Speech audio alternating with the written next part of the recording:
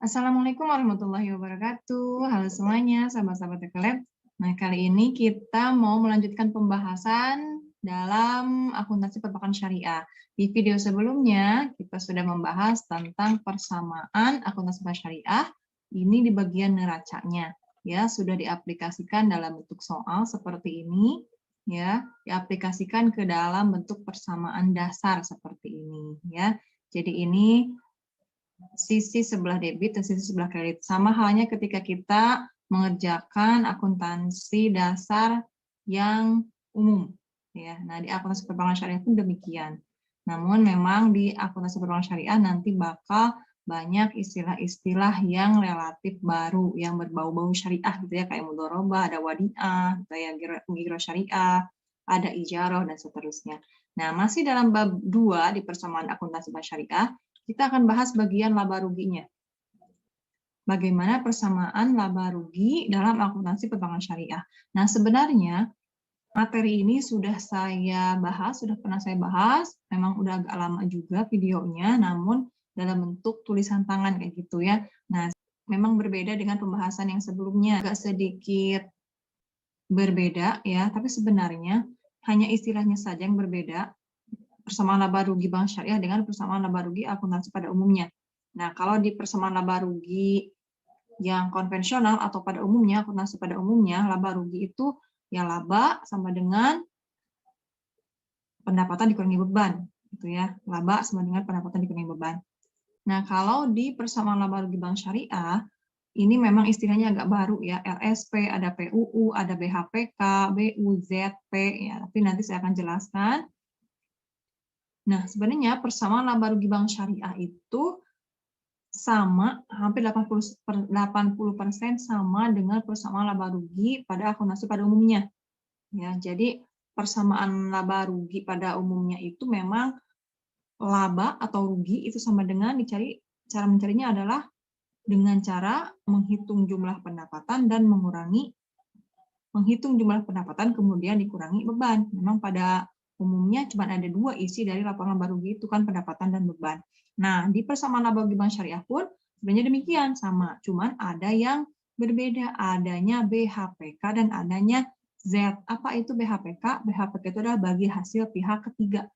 Gitu. Karena di bank syariah itu pihak ketiga atau nasabah dianggap sebagai mitra, ya sebagai mitra usaha. Nah, itu berarti mengharuskan bank untuk membagi hasilnya jika mendapatkan untung. Gitu. Nah, kemudian ada Z atau zakat. Nah, ini memang wajib adanya perhitungan zakat sebelum menghitung berapa pajaknya. Di bank syariah, zakat harus didahulukan daripada pajak. Ya, gitu. Nah, jadi LSP itu laba setelah pajak atau laba bersih, boleh laba bersih setelah pajak, sama dengan pendapatan usaha utama, ya PUU. Pendapatan usaha utama itu seperti dari produk-produk utama bank syariah, misalnya dari jual beli, dari bagi hasil, ya dari ijaroh, itu pendapatan usaha utama. Kemudian dikurangi bagi hasil pihak ketiga, dikurangi beban usaha, dikurangi zakat, dan dikurangi pajak LSP, laba setelah pajak. Pada intinya memang pendapatan dikurangi beban. Gitu. Jadi yang berbeda itu hanya ada BHPK dan ada zakat. Nah, langsung saja kita ke contoh. Saya sudah sediakan satu contoh soal. BTN Syariah memiliki data laporan laba rugi pada Juni 2019 sebagai berikut. Ada pendapatan utama, beban usaha, bagi hasil pihak ketiga, pajak penghasilan, dan zakat. Nah, berdasarkan data tersebut, laba sebelum pajak BTN Syariah adalah, nah, laba sebelum pajak. Oke, kita kerjakan saja semuanya, laba setelah pajak. Nanti kita akan tahu berapa laba sebelum pajaknya. Kita pakai rumus ini, ya. LSP sama dengan PU dikurangi BHPK, dikurangi BU, dikurangi Z, dikurangi P. Sebenarnya tinggal pendapatan dikurangi bagi hasil ketiga, dikurangi beban, dikurangi zakat sama pajak. Nah, kita langsung saja kita tulis. Kita mau mencari laba setelah pajak. Nah, laba setelah pajak itu kan PUU. Kita tulis PUU-nya. PUU atau pendapatan utama, pendapatan usaha utama. Kita samakan. Nah, pendapatan usaha utamanya adalah 1 miliar. Oke. kemudian dikurangi dengan BHPK, bagi hasil pihak ketiga. Nah, ini bagi hasil pihak ketiga adalah 40%. BHPK. 40% dari 1 miliar.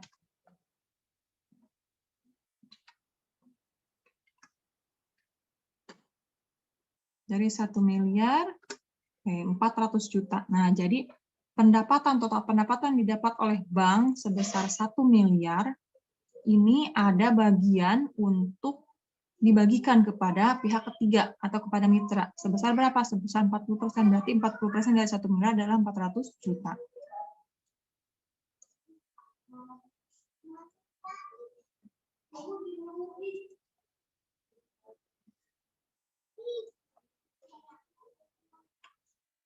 Ya, biar kelihatan ya. Kemudian, pendapatan dikurangi bagi hasil pihak ketiga, berarti ini namanya pendapatan bank atau pendapatan utama untuk bank syariah. PUU untuk bank syariah, kita tulis seperti itu aja ya. PUU untuk bank. Berapa totalnya? Tinggal dikurangi saja. 1 miliar dikurangi dengan 400 juta. Nah, ini pendapatan utama memang untuk bank semuanya yang 600 juta. Yang 400 juta ini nanti akan dibagikan ke seluruh nasabah bank syariah yang memiliki simpanan atau akad dengan bank syariah. Nah, kemudian PU setelah dikurangi BHPK hasilnya PU untuk bank ya, atau pendapatan utama bank atau pendapatan untuk bank saja, tinggal 600 juta. Kemudian kan kita mau mencari laba dari BTN Syariah ini, laba dari perusahaan atau dari bank ini. Kan, mencari laba kan berarti pendapatan dikurangi beban kan, ya pada intinya seperti itu. Maka ini pendapatan yang menjadi pendapatan bank, kemudian dikurangi BU atau beban usaha. Beban usahanya berapa? Nah, 300 juta. Nah, berarti ini namanya apa? Laba operasional. Tinggal dikurangi saja, berarti 600 juta dikurangi dengan 300 juta. Nah, ini apa hasilnya? Laba operasional. Atau biar nggak bingung, kita kasih garis ya di bawahnya.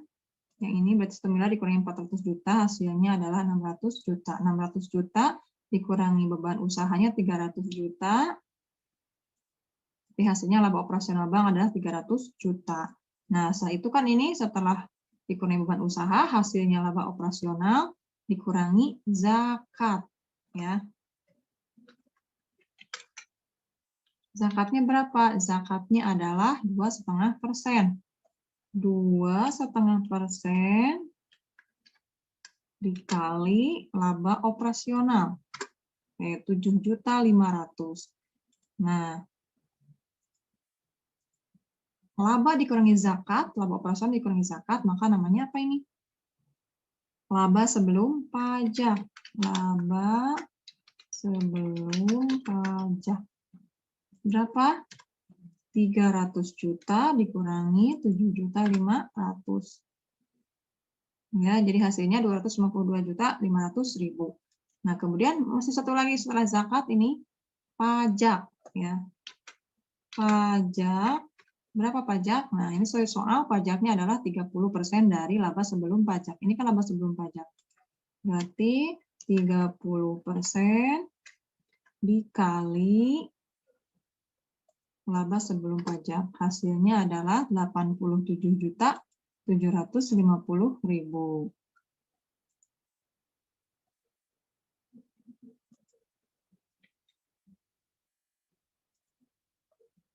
Nah, berarti hasilnya, nah ini hasilnya setelah dikurangi pajak, namanya apa? Namanya laba setelah pajak atau LSP. Laba setelah pajak. Atau kita singkat dengan LSP. Yang contoh yang ini. Yang dimaksud dengan laba setelah pajak itu atau LSP itu yang ini, akhirnya. Kita hitung ini dikurangi dengan pajak. Nah, inilah hasilnya.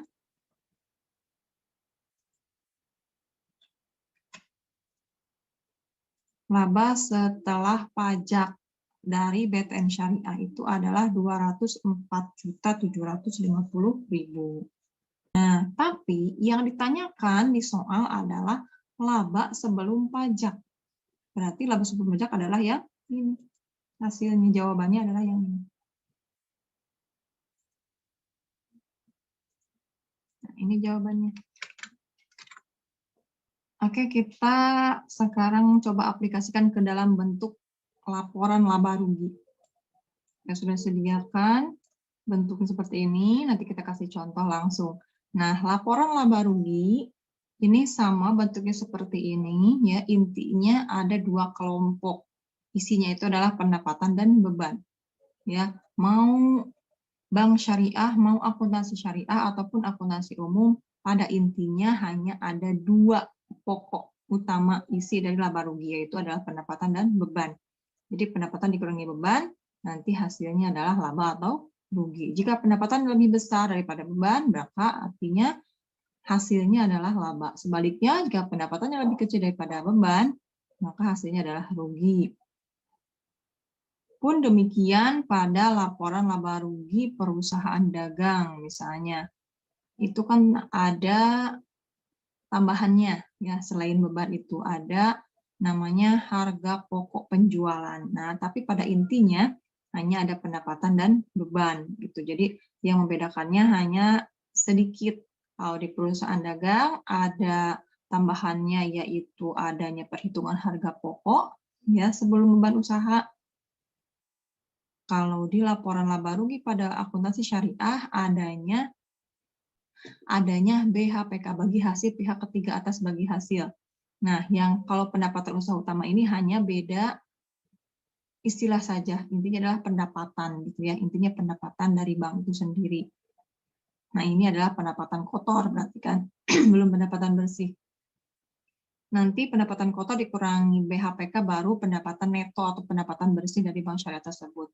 Nanti kemudian dikurangi beban usaha, hasilnya nanti laba atau rugi. Nah, laba pun ada laba kotor dan laba bersih.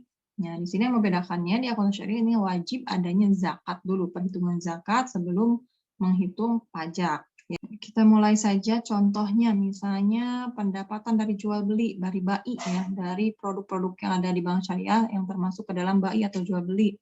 Misalnya 850 juta.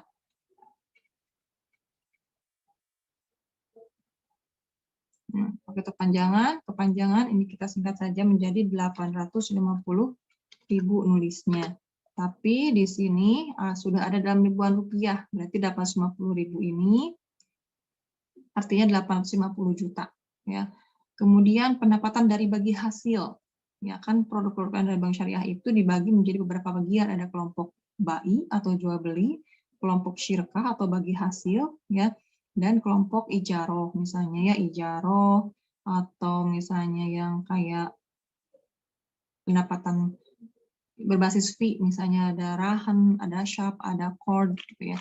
Nah, kita flashback ke sini. Nah, akad-akadnya itu, nah ini nih, ada murabahah, salam, istisna, ini kelompok jual beli, ada kelompok sewa, dan kelompok kerjasama atau syirkah musyarakah, mudharabah, muzaroah, musakoh, itu. Kita lanjutkan. Nah, misalnya pendapatan bagi hasil dari syirkah, misalnya 410 juta. 410.000 berarti kan ya. Ini artinya Pak dibacanya 410 juta. Karena di sini sudah ada dalam ribuan rupiah. Berarti ada 03 setelah ini gitu ya. Makanya kalau secara manual ini harus dikasih tanda titik di sini. Oke. Nah, kemudian pendapatan utama lainnya, misalnya selain dari jual beli dan bagi hasil, dari ijaro atau mungkin dari lain-lainnya, atau dari pendapatan berbasis fee, dari rahan, cord, sharp, yang lainnya, misalnya ini 200 juta. Berarti total pendapatan utama bank syariah atau PUU ya, ini PUU seperti yang ini, pendapatan usaha utamanya, kita totalkan saja. Ya, kita tambah-tambahkan saja. Oke. Jadi total pendapatan usaha utama Bank Syariah yang didapat oleh Bank Syariah itu totalnya adalah 1.460.000.000. Nah, tapi ini belum menjadi sepenuhnya pendapatan Bank Syariah karena ada bagi hasil untuk pihak ketiga yang harus dibagikan, itu kepada nasabah, karena nasabah dianggap sebagai mitra bisnis, berarti hasilnya pun harus dibagi. Nah, misalnya bagi hasil pihak ketiga atau BHPK, nah ini sebenarnya ngurut PUU, BHPK, nanti ada beban usaha, kemudian zakat sama pajak. Namun ini disusun dalam bentuk laporan seperti ini, laporan laba rugi. Nah, karena ini berbeda dengan soal yang ini hanya sebagai contoh saja cara mengurutkannya atau cara menyusunnya. Dimisalkan saja bagi hasil pihak ketiganya itu setelah dihitung misalnya 438 juta misalnya. Nah, berarti pendapatan neto Bank Syariah yang menjadi pendapatan Bank Syariah, ya benar-benar milik Bank Syariah.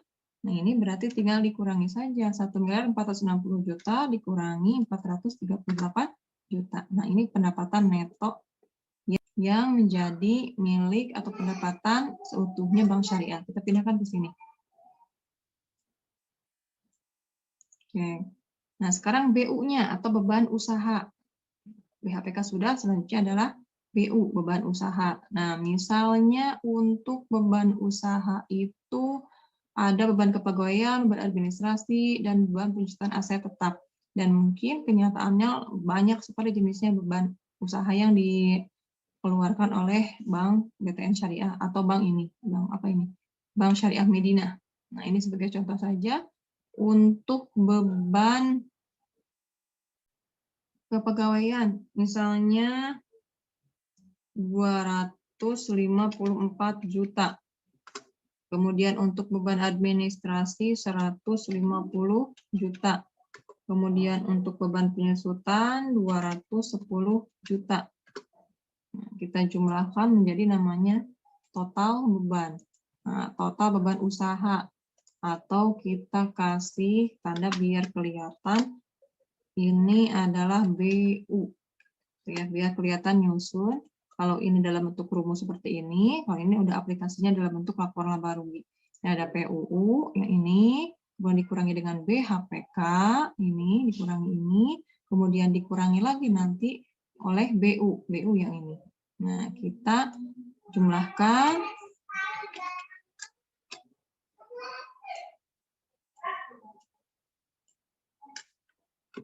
Nah, total beban usahanya adalah 614 juta. Kita pindahkan ke sini karena sudah menjadi total. Nah, ini menjadi pengurang dari pendapatan neto. Kita kasih garis bawah, ya. Nah, ini pendapatan neto dikurangi beban usaha, namanya laba operasional. Seperti yang tadi kita sudah susun. Ya, ini namanya laba operasional, tinggal dikurangi saja. 1.022 juta dikurangi 614 juta, hasilnya adalah 408 juta. Nah, kemudian setelah menjadi laba operasional, selanjutnya adalah dikurangi dengan zakat. Zakatnya adalah 2,5%. Kita hitung di sini. 2,5% dikali laba operasionalnya ini berapa? Nah, jadi 10.200.000. Nah, tinggal kita kurangi lagi untuk mendapatkan hasil namanya laba sebelum pajak. Jadi laba operasional dikurangi zakat namanya laba sebelum pajak. Tinggal dikurangi 408 juta dikurangi 10.200.000. Nah, ini adalah laba sebelum pajaknya, 397.800.000 rupiah. Nah, kemudian kita hitung PPh-nya atau pajak penghasilannya. Pajak penghasilan ini kan 30%. Kita hitung 30% dikali laba sebelum pajak. Nah, ini 119.340.000. Nah, berarti laba setelah pajaknya tinggal dikurangi laba bersih setelah pajak. Dikurangi, oke, 278.460.000 rupiah. Kita kasih double garis ya, menandakan bahwa perhitungan sudah selesai. Nah, bentuknya seperti ini jika mau menyusun laporan laba rugi. Ini contoh sederhananya seperti ini. Tapi sebenarnya walaupun misalkan banyak jenisnya, intinya itu isi dari laporan laba rugi adalah pendapatan dan beban. Dan yang harus diingat, kalau di akuntansi syariah, laporan laba ruginya yang membedakan adanya BHPK. Jadi sebelum dikurangi beban usaha, pendapatannya itu harus dikurangi dulu bagi hasil pihak ketiga. Kalau ke bawahnya ini sama dan hanya ini yang berbeda, zakat yang harus didahulukan. Gitu. Jadi adanya BHPK dan zakat. Kalau pajak yang konvensional jelas tetap harus, pokoknya semua perusahaan harus membayar pajak. Tuh. Ya, terima kasih atas perhatiannya. Mudah-mudahan dapat dimengerti. Jika ada pertanyaan, boleh tinggalkan di komentar atau kirim email. Terima kasih. Wassalamualaikum warahmatullahi wabarakatuh.